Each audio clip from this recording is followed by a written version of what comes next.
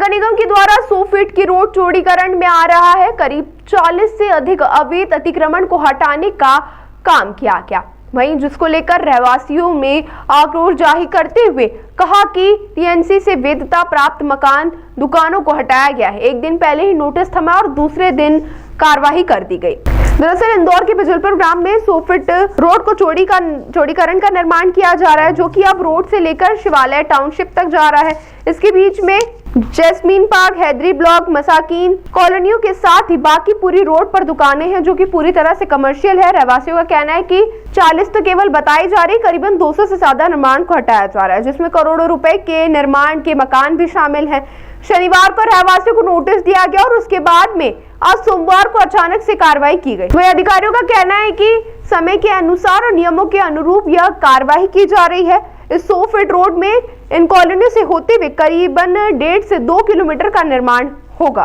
मैं कहना चाहता हूं कि नगर निगम जो आज ये तानाशाही कर रही है, जो टीएनसी की जमीन को निजीकरण में ले रही, रोड की चौड़ाई में ले रही है, अगर मेरा ये कहना पड़ा है कि अगर आपने जमीन टीएनसी करके दी है तो फिर टीएनसी की जमीन आप तोड़ क्यों रहे हो?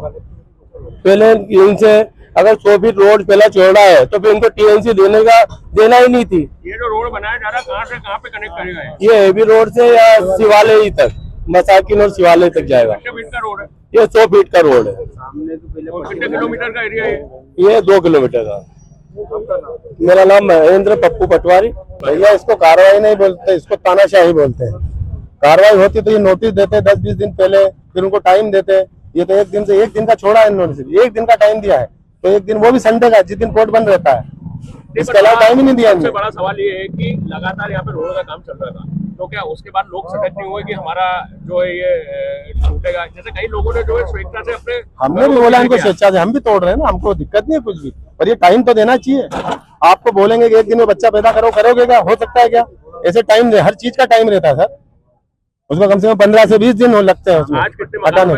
कम से कम ये 200 परिवार आहत हुए हैं और विचारों के ऐसे हुए हैं कि जिनके पूरे जीवन की कमाई के उनके मकान बनाए थे, उनके सबके मकान तोड़ दिए, टाइम भी नहीं दिया उनको और पूरे मकान हिला दिए।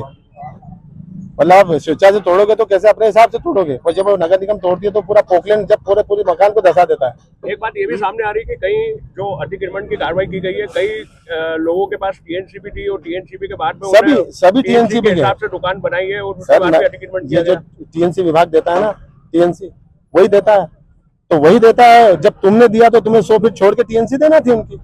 तुमने 100 फीट छोड़ के टीएनसी नहीं दी और आपने टीएनसी दे दी और पैसे भी ले लिए हमसे, हमारी सुरक्षा के। ये सुरक्षा के पैसे रहते हैं टीएनसी डाइवर्सन के, तो भैया आपकी सुरक्षा रहेगी, आपका इसको कुछ भी नुकसान नहीं होगा।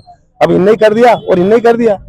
एक मोटा अंदाजा देखा जाए तो कितने लाखों रुपए का या करोड़ों रुपए का? अरे लाखों का नहीं साहब, ये तो करोड़ों रुपए का नुकसान है, करोड़ों रुपए का। एक मकान बनता है 1 से 2 करोड़ रुपए में, इनके मकान देखो ना पूरे के पूरे।